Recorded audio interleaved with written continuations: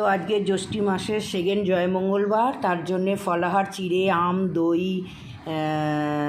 কলা সব মেখেছি আর ওপরে মিষ্টি দিয়েছি। এই যে ফল পুজো হয়ে গেছে আর অনিমেষকে এক টুকরো আম কেটে দিয়েছি। আর অনিমেষ অন্যদিন যেহেতু কালকেও অমাবস্যা ছিল ফল আনিনি, কালকে উপোস আজকে উপোস, অনিমেষ পরটা খেয়েছে, তা বললো আজকে আমাকে একটু ভাত করে দাও। তো অনিমেষকে ভাত করে দিয়েছি, ও চান করতে গেছে, আমি এটা খাচ্ছি।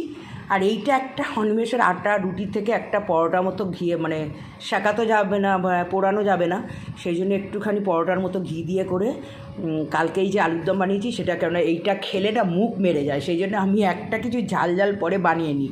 জয়মঙ্গলবার আমি ছোট থেকেই করি, কারণ এখানে বাঙাল ঘটি বলে কোনো ব্যাপার নেই। আমার বাবা বাঙাল, মা ঘটি, দুজনের বাড়িতেই জয়মঙ্গলবার আছে।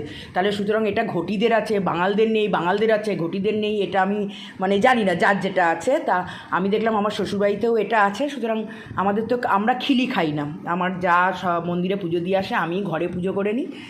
তো ফল টল দিয়ে যে ফলাহার ফলাহার করবো, একটুখানি খাবো। তো চলো, দই টই দিয়ে মেখেছি, অনিমেষের একটুখানি দই রেখে দিয়েছি, ওর একটু আম রেখে দিয়েছি।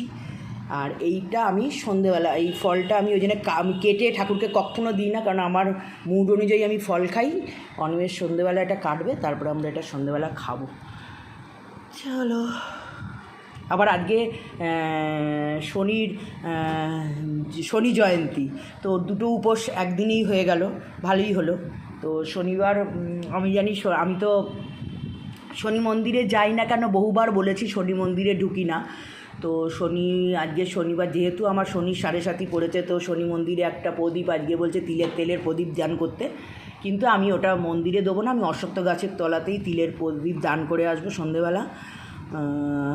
তো তুমি ঘরেও দরজার পাশেও দিতে পারো, সেটা তুমি দক্ষিণ দিকে দাঁড়াবে, আর উত্তর দিকের প্রদীপের মুখ থাকবে উত্তর দিকে, এবং সেই প্রদীপটা তিল তেল থাকলে ভালো হয়, নাহলে সর্ষের তেলে জ্বালাবে, তবে অবশ্যই একটু তার মধ্যে কালো তিল দিয়ে নেবে। তো আমি যেটুকু জানি, আমার যেটুকু বিদ্যা বুদ্ধি, আমি যেটুকু সায়েন্স মানি, সেইটা ভেবেই সেইটুকুই করি, ব্যাস।